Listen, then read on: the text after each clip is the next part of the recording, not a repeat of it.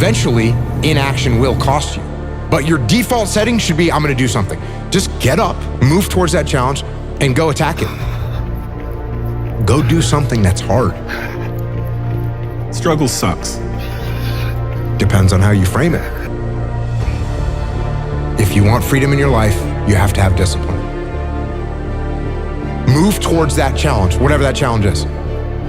And you may be successful, and you may not be successful, but you will be better.